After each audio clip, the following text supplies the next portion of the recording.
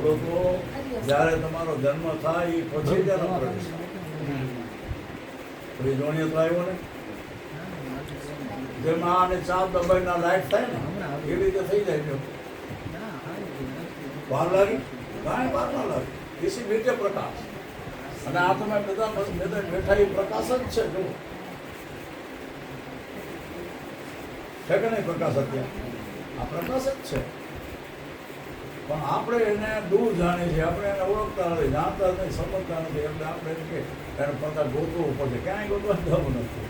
તમે જ્યાં જશો ત્યાં પ્રકાશ. તમે કદાચ અંધારાની અંદર જંગલમાં વયા જાઓ ને પણ ન્યાય તમારો પ્રકાશ છે. તમે તરત જ કહેવાનો છે કે ભાઈ હું જંગલમાં આવ્યો ને અંધારું છે, તો આપણે અંધારું એવું કીધું કે ના આવતો હે છે ને તો પ્રકાશ તો છે ને ત્યાં. હવે એ પ્રકાશ તો કહેતો કે અંધારું છે, અંધારું વિશે મિનિટ એવું જાય. જ્યાં એવો થાય ત્યાં પ્રકાશ રહે નહીં, અંધારું રહે નહીં. જ્યાં પ્રકાશ થાય ને અંધારું રહે નહીં.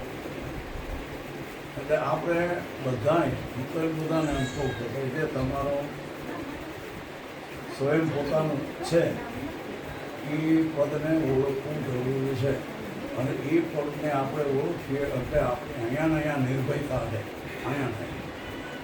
તમને એમ નહીં થાય જે આને કોઈ સમજીને બેઠાની વાત કરું કે આને જે સમજીને બેઠા ને તો એને કોઈ ભય નથી કોઈ કે હું ક્યાં જઈશ ને કેમ જઈશ ને આપે હું ક્યાં મરી જઈશ કે ક્યાં હું છોડી દઈશ એની કાંઈ ભય જ નથી. એમ ગમે આ મોત થઈ જાય તો શું થયું? કાંઈ નહીં લેવા દેવા.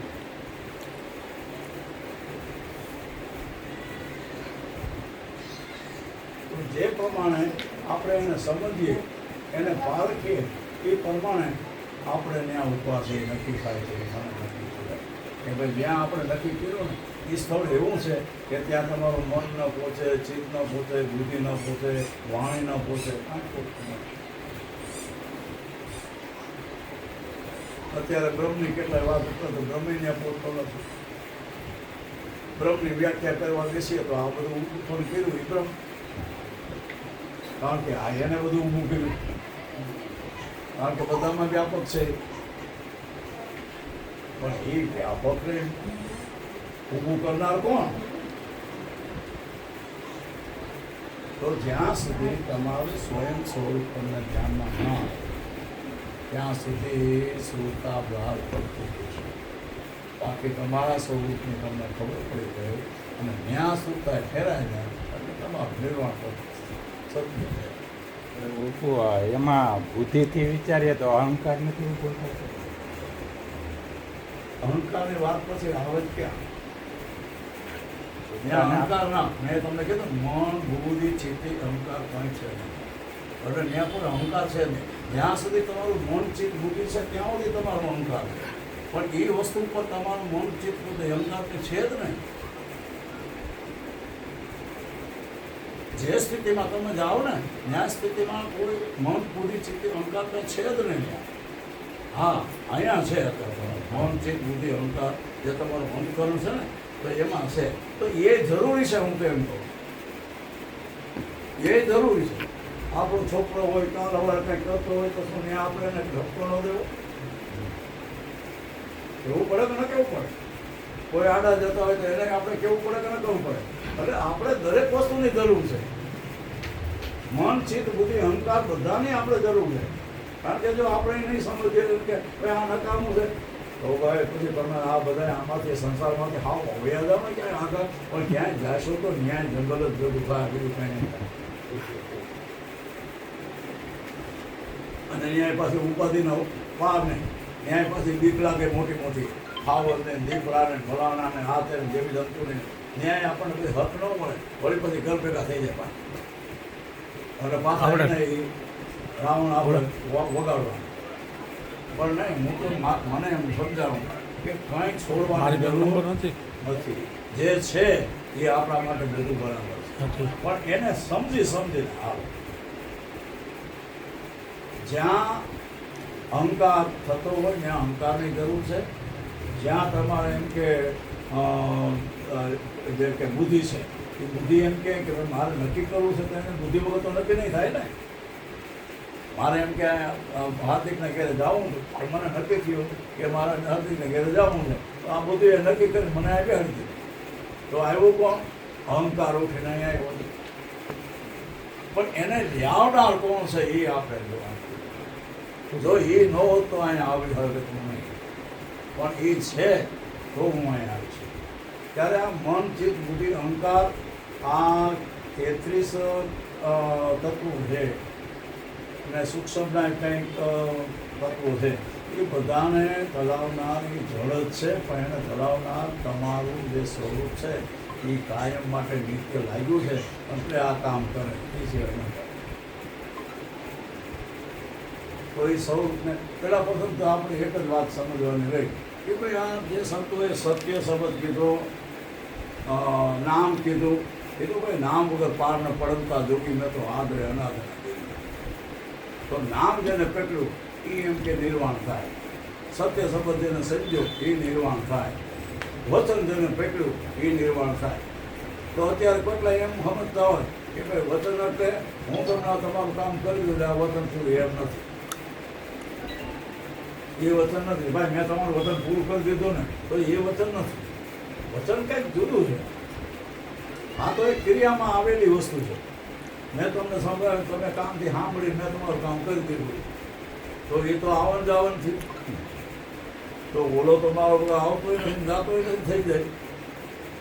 તો એની આપણે જરૂર છે કે આ આપણું શરૂ 14 ભવનનો શ્વાન, એ આ શરીરને એ મારો વાલો હલાવનાર છે. તો આપણે પકડી બેઠા કોને?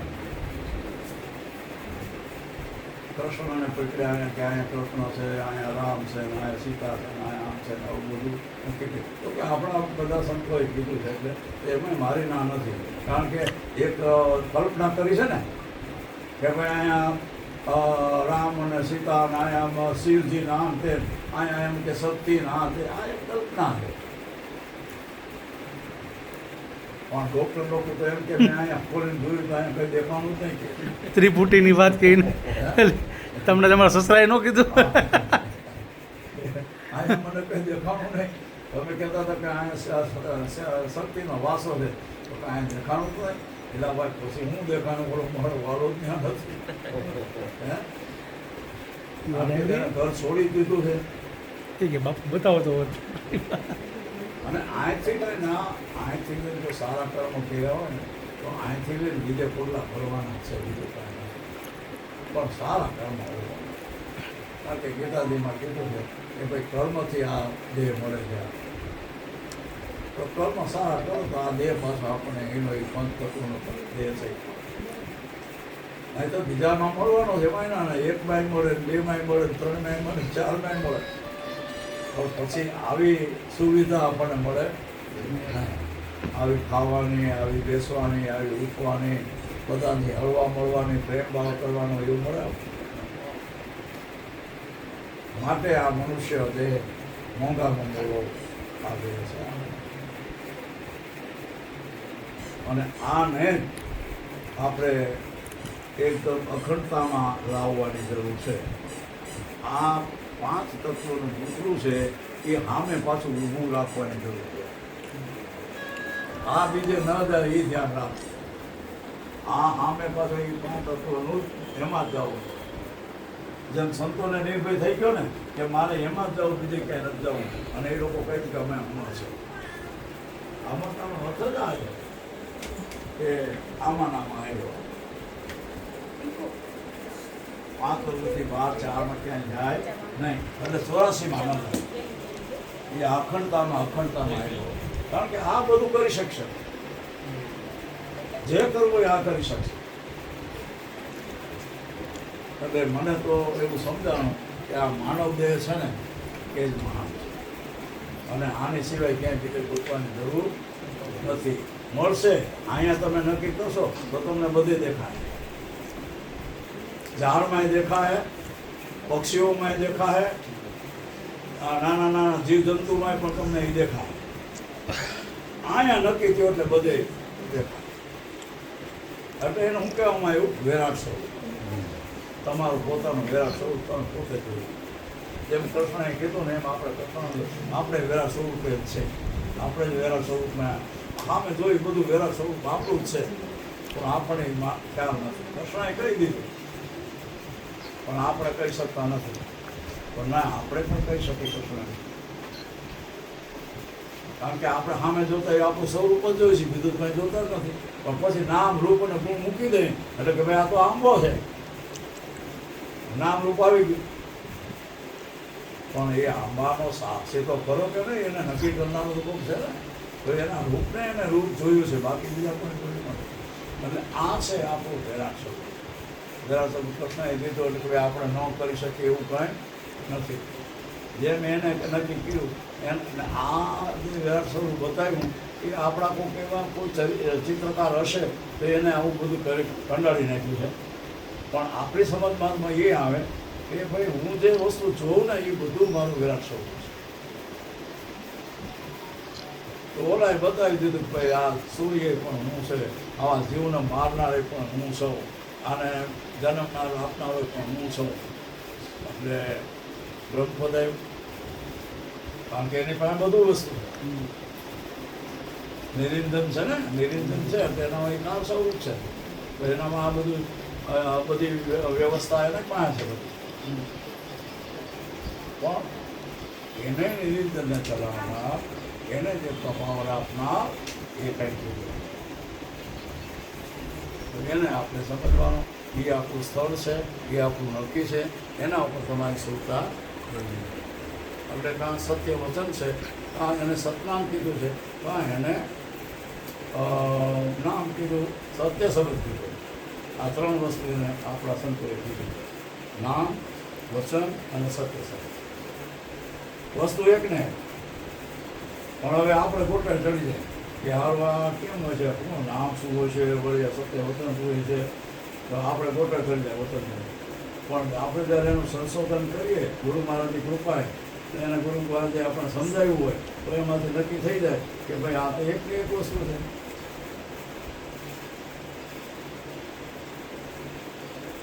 એટલે જે શ્રોતાનું દૂર આપ્યું છે એટલા જ માટે આપ્યું છે કે એ સત્ય વચનમાં જ જરૂર છે.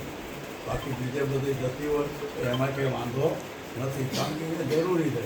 કારણ કે આપણે કોઈ પણ કાર્ય કરતા હોય એના સિવાય તો થશે નહીં, એના સિવાય થવાનું નથી ને. પણ કામ કરતા કરતા એ સુખતા ઓની સાથે જોડાયેલી હોય તો વાંધો ના આવે. બાપુ હોય તો છો માટે તમે તમારી જગ્યા ઉપર સહી છો. અરે બધા છે તો આપણે ક્યાં ઊભું રહેવું જોઈએ? ઘરે જ છું, હું ઘરે નથી. ક્યાં ઊભું રહેવું જોઈએ? કયો દે ક્યાં ઊભું રહેવું જોઈએ?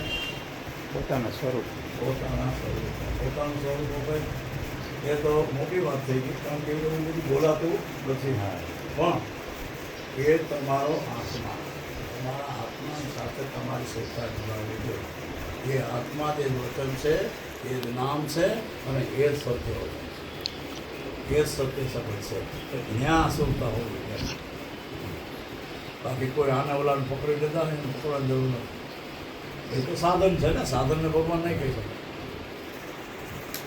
આ સાધન કંઈ આપણને નથી કે બોલો એક ગંગા કાંઠે ઊભો ને એક ગંગા કાંઠે ઊભો. બોલો કે ક્યાં ઊભો? તો કે હું જમના. તો બોલો ક્યાં કે હું ગંગા. બોલો કે ત્રીજો માણસ હતો, આ બે વસ્તુ, આ ગંગા કે બોલો જમના કે. એટલે ભાઈ સાચું બોલો ને. તો કે ના ના હું ગંગા પાસે ઊભો. બોલો કે હું જમના પાસે ઊભો. ભાઈ સાચું બોલો ને, ક્યાં ઊભા છો? પણ બોલા હું ક્યાંય કે ખાલી નામને પકડીને બેસી ગયા. બોલો એ નામને પકડીને બેસી ગયો છે, સાચું સમજાતું નથી. બોલો એમ કહેવા માંગતો હતો કે ભાઈ જમના ને આ એ કે તમે કહો છો પણ છે હું એ. એટલે ભાઈ એ મૂકો, તમે પાણીમાં ઊભા છો, ક્યાંય ઊભા નથી. બીજે ક્યાં ઊભા છો? તો આ પાણીને ભૂલી ગયા અને જમના પકડી, ગંગા પકડી. એટલે મેળ ખાય. જે પાણીને જો પકડી લીધું હોય તો એ ખરો, કારણ કે મૂળ વસ્તુને પકડી લીધી ને. કે ભાઈ જમનાદેનું નામ હતું. આ આપણું નામ એવું છે, આપણી કલ્પના છે ને. આ ખાલી સમજવા માટે જ આનું નાખ્યા. ક્યાંય નામ તમને નહીં દેખાય. મને કોઈ ચીમનાથી અહીંયા કોઈ સાબિત નહીં કરી શકતા. એકો એક નામ છે આમ. આંગળી પકડો તો આંગળી, અંગૂઠો પકડો અંગૂઠો, હાથ પકડો તો હાથ, છાતી પકડો છાતી, પેટ પકડો પેટ, કપાળ પર તો આમાં ક્યાં ચીમનાની છે? ક્યાંય નક્કી નથી થતું. તો જેવી રીતે એક નામ તો ક્યાંય નક્કી ન થતું હોય તો ઓલો મારો વાલો એ કેમ નક્કી થાય? તો આ બધું બાદ કરતા સરવાળે એ એકનો એકાડું કોણ? અમારો આત્મા સિવાય થાય છે. આત્મા સમજો એટલે તમારું સ્વરૂપ ક્યાંય રહ્યું. કારણ કે એ વસ્તુ કોઈ દિવસ કહેવા જેવી નથી, આ હોટ ઉપર આવવા જેવી નથી. કારણ કે ત્યાં મૂંગી વાત છે. કારણ કે ત્યાં વચન ઓલા શબ્દ મન નથી, ચિત્ત નથી, બુદ્ધિ નથી, અહંકાર નથી, કાંઈ નથી. બાકી અહીંયા આપણે બધું છે એમાં નામ. અહીંયા દરેક વસ્તુ પડી છે. તો આપણે આની અંદર લઈને આને કોઈ ધક્કોઈ મારવાની જરૂર નથી કે લાવવાની જરૂર નથી. જેમ છે તે બરાબર. અને આ તો કીધું છે સંસાર એવો છે કે થોડો નામ હેલો જતો હોય અને એને આપણા કાંકરી મારીને તોય સામું થાય. પણ એને જવા દો તો એ ઉભી એનો રસ્તે હા, પણ આપણે કાંકરો મારી તો એ સામું થાય. તો એવી રીતે આ માયા છે. એને જો આપણે સમજીએ નહીં ને તો એ સામે એવી છે. એને સમજીને ચાલવાની સંતોષ જેવું કે આ કોઈ કાઢવાની કોઈ જરૂર નથી. આ છે આદિ અનાદિથી આ જળ અને ચેતનનો સંબંધ થયેલો આવે. એને સમજીને તમારે રહેવાનું કે જેથી કરીને તમારી અખંડતા તમને કાયમ માટે રહે. તો અખંડ એવું નામ તો બસ આત્માનું છે, બીજાનું કોઈ નહીં. અખંડ સાહેબનું તો નામ હોવ સબ ખંડ હે, ખંડિત મેર સુમેર, ખંડિત બ્રહ્મ.